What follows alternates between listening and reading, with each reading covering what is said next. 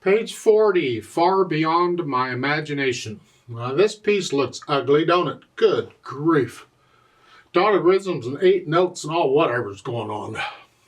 They have a new dynamic sign. I'll talk about that when I get to the dynamics. And they have a new sign for speed, and I'll talk about that when I get to speed. So right now let's cover this piece. 4/4 time, it's covering pages 40 and 41. No sharps or flats in the key signature. We're in the key of C major. Make sure you can do the C major scale, at least one octave up and down. Let's cover this one hand at a time. Make sure we got the notes and the fingering and all that, the rhythm. So right off the bat, it's an octave. You can see in the first measure, the notes in the first measure. So it's 1 and 2 and 3 and 4 and you can see when the left hand is playing quarter notes, those are on the beat. And you can see in the right hand how the notes line up. So you see that 8th note is in between 2 quarter notes. So yeah, it comes in between. 1 and 2 and 3 and 4 and. Crossover. So just like a C major scale, 4 and. 1 and 2 and. And then scrunch up third finger again for measure 6. Crossover 2. Reach up and then down. So the little finger did both. They don't need the natural sign there. It's an F natural anyway, but they're just trying to be clear. And then you do it some more. So when you take this a little bit at a time, it's not quite so bad, I hope. Let's go over to page 41 on measure 12. You're here. Now they want you, for measure 13, they want you to use second finger again. I don't like doing that. I know there's times in piano playing we have to do it. Not if we don't have to. So I'm going to suggest you do a 3 on that one, and then a 2. Now they're different fingering styles, and different teachers teach different fingering styles, and different books teach different fingering styles. I teach the style that I was taught in college that works for me. And one of the principles of that is we can take advantage of repeated notes to change hand positions. And that's all I'm doing here on measure 13. I'm in this position. I want to go to this position. Well, I've got 2 A's there on measure 13. So I'm finishing up measure 12 here. So going on, I'm going to third finger first and then second finger. And that moves me up. 1 and 2. 1 and 2. That's an F there. See, now measure 15, they're doing what I just described. They're using the repeated note to change hand position. 2. And you can just scrunch the hand up and have their third finger there ready to go. Don't wait until then try and move it. Scrunch up, have it there ready to go. Like so. Then you reach up and do that some more. And then measure 19, 1 and second finger. And the last note there is an E and a C at the end. 2 ledger lines above treble clef is a high, high C. It's 2 octaves above middle C. Memorize that note, you're going to see it a lot. Left hand, we got broken chords here. F chord. You've had all these chords before until you get to measure 5, and that's a C sharp. And they want that 4th finger. That's fine, because you got a B. I'm going to try and connect these. Then 4. They give you the natural sign because we had F sharps in measure 7. Again, they don't need the natural sign, but it's good to be clear. And then back to that. So when you take the hands one at a time, they start to make a little bit of sense. Now let's try and put them together. Slowly, it's 1, and then second measure, it's here, and here, and then cross over here, and then reach down, and then here again, and then here, here. That sounds weird, but that's what it is. And then here, you gotta reach down, and then I'm going a little fast, but you can take it at whatever speed. Just try and get the notes down at the same time, and then we go through it And this is what takes probably the most time, is going through it and getting rid of the hesitation so it starts to flow. Take it slow, speed isn't important, but it needs to be flowing eventually. So the first line again, the beat's steady. And that's what you're after eventually. So you just keep going over it and you gradually work it out. It's not quite so bad as it appears because it's like the first line. That passage appears in various places or one similar to it. So once you have this one, you actually got a good chunk of this piece learned. So it's nice when the passages repeat or happen again and again because that's less to learn that way. It makes it a little easier to learn the piece. But once you have the hesitations worked out, then we add the slurs. Come on. Lift up. Lift up. Lift up. Lift up. Lift up. So lift up, it's a slight motion. It's like taking a breath, but lift up, it's important. And then the left hand, connect it as best you can. You can't, but do the best you can. Just because you lift up in the right hand doesn't mean you have to lift up in the left. In a lot of cases in this piece, you will because of the chords, you have to, but otherwise, don't. Then dynamics, well, it's the melody, it's the right hand. This is where they give you the new term, MP. MP stands for mezzo piano, and it stands for moderately soft, medium soft, sort of soft. Not soft, sort of soft. It's in the middle range of it's on the soft side. Whatever you think moderately soft is. It's not soft, it's not loud, it's just sort of soft.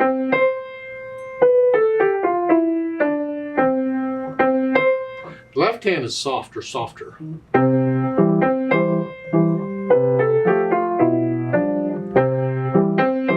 Now when you get to the measure 5, you have an MF. We've had that before, I guess. That's moderately loud, or mezzo forte. And that's just a little louder than moderately soft. They're next to each other in the range area. You have moderately loud and moderately soft. Just go up a little bit.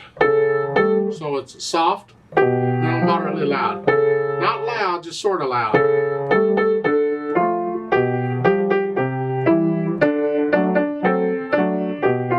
And then on measure 8, the last measure on the page, little arrow there, you're going to go back down to solder. So you're down to moderately soft again, like you were at the beginning. However loud you were at the beginning, that's how loud you're going to be at the last note on page 40. Here. And then on measure 13, you got moderately loud. You can see these. On measure, 17, you go up to loud here.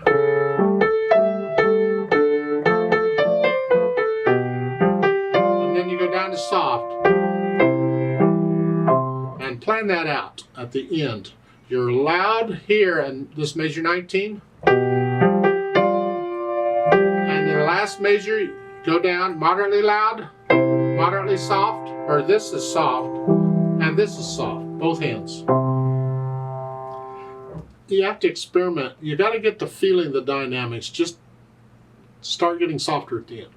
Speed, well, moderately slow with much expression. Oh, piece of cake. The moderately slow part is okay. It's not slow, it's just sort of slow.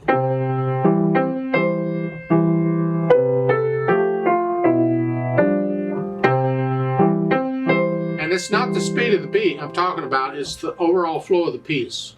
So the eighth notes are going to slow it down some, but the half notes and quarter notes are going to speed it up. It's got to be somewhere in between. You get down to the bottom of the page on page 40, there's a retardando there. Slow down. It's like ba da da da da da. Just slow down.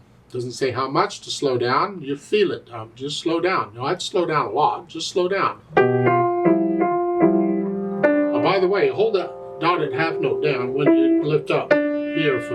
And then at top of page 41, you get the off tempo. That's the new symbol they're giving you. Off tempo means resume the speed you were going before you changed it. At the bottom of page 40, we slowed down. We changed it. And then the off tempo means go back up. Well, let's just make it interesting here, okay? Most teachers don't teach this yet because you're already lost, but I throw everything at you and good luck. There's two basic ways of doing an off tempo. And sometimes you use one way and sometimes you use the other, and that's part of interpreting music. You have to decide what you like. One way of doing it is just to automatic or just to suddenly take off again. Boom. So at the bottom of page 40, I'm here. And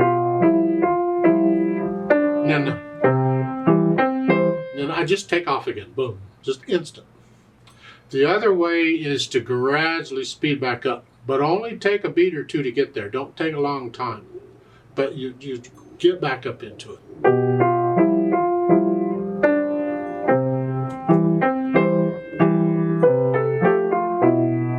One and two and three and four and one and two, and you just instant go. Another way, if you speed up, you're 1 and 2 and 3 and 4 and 1 and 2 and 3 and 4. You speed up into it. Sometimes I'll use one way, sometimes I'll use the other. As I said, as part of interpreting, you experiment, you try them both and see what you like. So to accelerate, to speed up.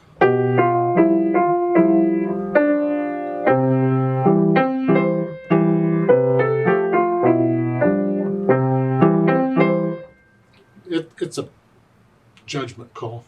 Now you're going to retardando at the end. Here, last line.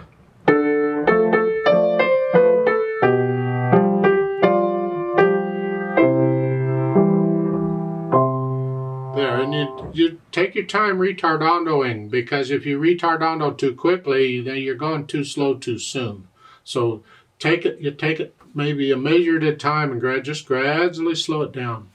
Now, of course, they've added pedal. That makes it more interesting.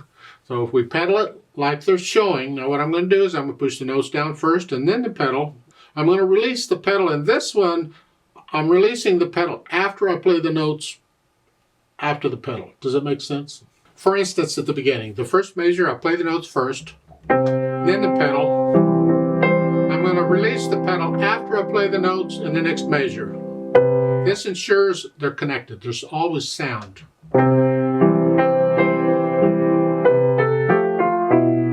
And same thing. Again. Now here on measure 5, lift it up after I play beat 3. Right there.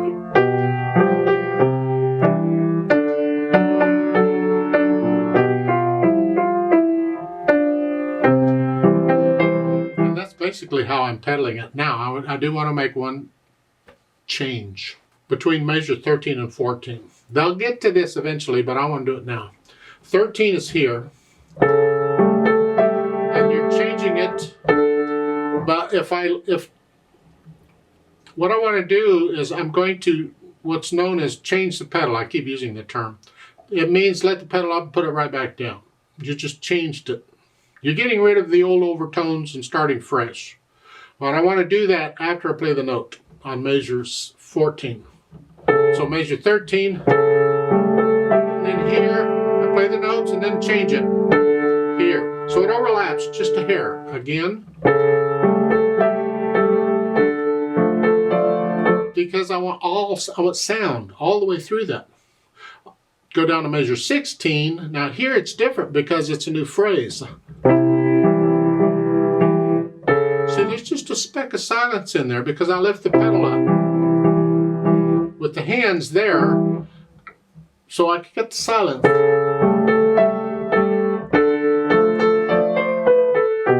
And that's how I suggest you do it. It's a little tricky. Pedaling takes a little bit to get into. You learn the piece well enough that you've got the right notes and rhythms and all fingering, and then concentrate more on the pedal and the effect it has on the sound. Be very careful on what you hear.